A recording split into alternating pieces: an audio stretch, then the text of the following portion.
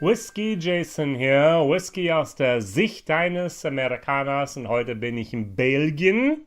The Belgian Owl, Whisky Owl, und das ist eine echt schöne Sache. Ich bin jetzt hier bei Identité. Mein Französisch ist grässlich, aber ich habe hier tatsächlich noch ein paar Tropfchen drin. Ich habe einen Livestream mit Femke Vanderhorst gemacht, jetzt hier Mitte Juni 2018. Und ich habe das ganze Produktpalette dann da durchgetrunken und ich war wirklich angetan von dem, was hier ist. Geheimnis des Tages bei mir: wenn du ein bisschen Wasser hinzutust, wird bei Belgian auch ist immer besser, meiner Meinung nach. Geschichte: Ein Mann namens Etienne Bullier hat einen Traum gehabt, in Belgien tatsächlich seine eigene Whisky zu destillieren. Um die 2000er Wende herum war diese Idee, glaube ich, gereift, und 2004 wurde der erste Fass tatsächlich gefüllt. Und das Interessante ist, er hat einen Bauernhof, und auf diesem Bauernhof hat er seine Whisky-Distillerie gebaut. Das heißt, der Gerste kommt ein paar Meter entfernt von der Distillerie entfernt, dort wächst das dann da. Also viele Leute haben Grain de Glace innerhalb von 30 Kilometer, er hat das zum Teil innerhalb von 30 Meter. Also das ist schon richtig cool. 2007 wurde der erste dreijährigen Whisky dann da gemacht. 2008 wurde der erste Whisky tatsächlich verkauft. 2011 wurde der vom Jim Murray, unser lieben Vater des Whisky, oder Paps Whisky Paps, zu European Single Cask des Jahres ernannt. Und dann passierte 2013 etwas Eigenartiges oder Einzigartiges, wäre vielleicht noch besser gesagt. Die haben tatsächlich dieses Möglichkeit bekommen, beide Pot Stills aus Schottland von der Cappadoniach Distillerie zu erwerben. Haben sie sofort gemacht. Das sind von der Ross Region, oder Stadt Ross in Speyside. Also das sind schottische Brennblasen, die jetzt in Belgien Whisky herstellen. Also das kann nur gut gehen. Und dann 2017 gab es tatsächlich deren Range, also deren Produktpalette. Die haben eine, ich nenne das einfach White Dog, der Originale mit 46% immer. Also Identität 46%. Dann haben sie Passion, was eine 3 Jahre alte 46% Einzelfassabfüllung ist. Und dann haben sie etwas, was ich absolut toll finde, also Intensität, was mit ungefähr zwischen 72 bis ungefähr 75 abgefüllt wird, je nachdem wie der Fass war. Und dann haben sie auch noch eine 4 Jahre alte, eine By Jove. Also das ist auch mit 46%. So, und es gibt immer wieder Einzelfassabfüllungen, die rauskommen. Wir sind heute bei Identität. Und diese Identität ist das, was diese Distillerie ausmacht. 46% Alkohol bei Volumen. Kostet ungefähr 55 € hier in Deutschland für eine Halb-Liter-Flasche. Nicht unbedingt billig.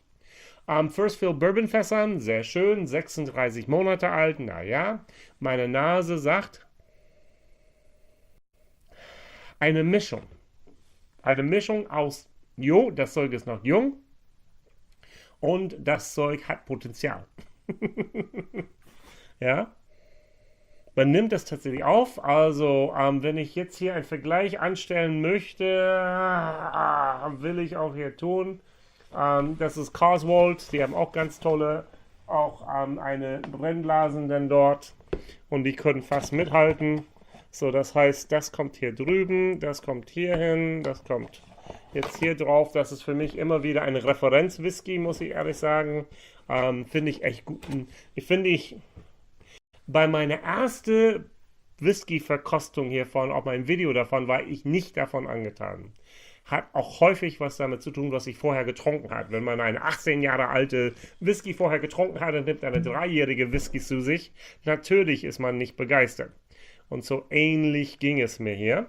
Wenn ich jetzt allerdings einen 3-jährigen mit einem 3-jährigen vergleiche, dann denke ich, oh wow, der ist echt gut. Und der besonders Clou dabei ist, sie benutzen diese Rotweinfässern. 70% davon, 30% von deren Bourbonfässern. Hier ist reinste Bourbonfässerreifung, und deshalb ist dieses Vergleich, hinkt ein kleines bisschen.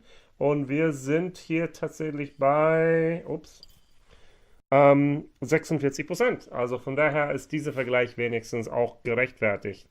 So, Whisky auch, Identität. Oh, ähnlich. Der ist süßer durch den Rotwein. Der ist malziger. Gut, ich probiere mal. Mhm. Mhm. Cremig, malzig, bisschen hin zu Orangenmarmelade. Ja, genau, das habe ich. Aber süß auch dabei. Alkohol ist noch präsent, 46% halt eben. Aber was ich nicht habe, ist diese metallische Jung-Gefühl hier.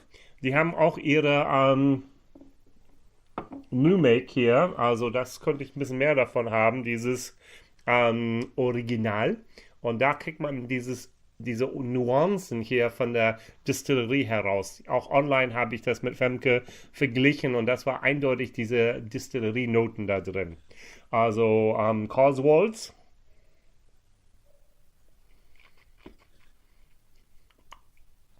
Besser. Das ist zwar süßer und der hat mehr Wein, aber der ist mehr ein Whisky. Oh, eine Fass kommt mehr durch hier. Also der ist echt nicht schlecht. Nun, mein Tipp immer wieder, und da muss ich aufpassen, ich will noch ein Video auf Englisch drehen, ist hier ein paar Tropfen Wasser. Also meine Erfahrung war bei jeder Whisky, was ich hier vom Whisky auch hatte, sie nehmen immer 46%, damit sie Non-Chill Filter machen können. Da fügen sie nie Farbe dazu.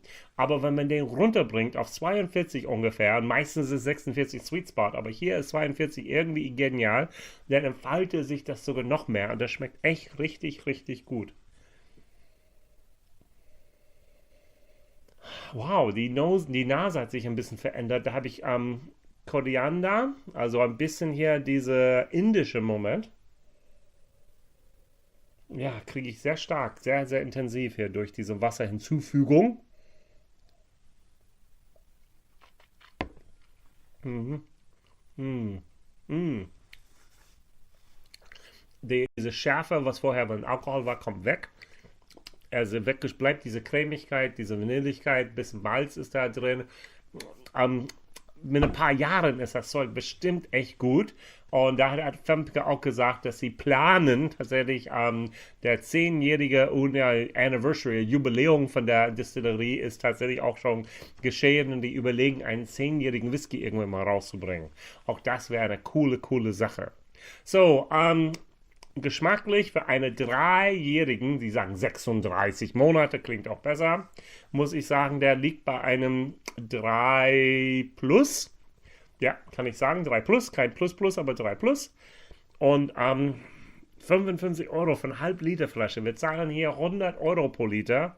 Nee, Leute, 4 bis zu 4 minus. Also kann ich einfach nicht mit gutem Gewissen sagen, geh raus, kauft euch etwas von Belgian Owl, kauft euch unbedingt die Identität.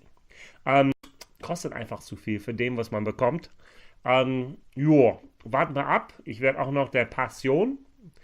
Das kostet meistens sogar mehr. Und diese Intensiv ist echt eine richtig schöne, schöne Sache. Und der bei Jove ist auch mit 4 Jahren auch eine interessante Abfüllung. Also schaut euch die Videos an, die noch kommen werden. Eine interessante Sache. Ich bedanke mich ganz herzlich. WhiskyJason hier. Whisky aus der Sicht eines Amerikaners. Meine Frage des Tages ist, welche ist euer Lieblingswhisky aus Belgien?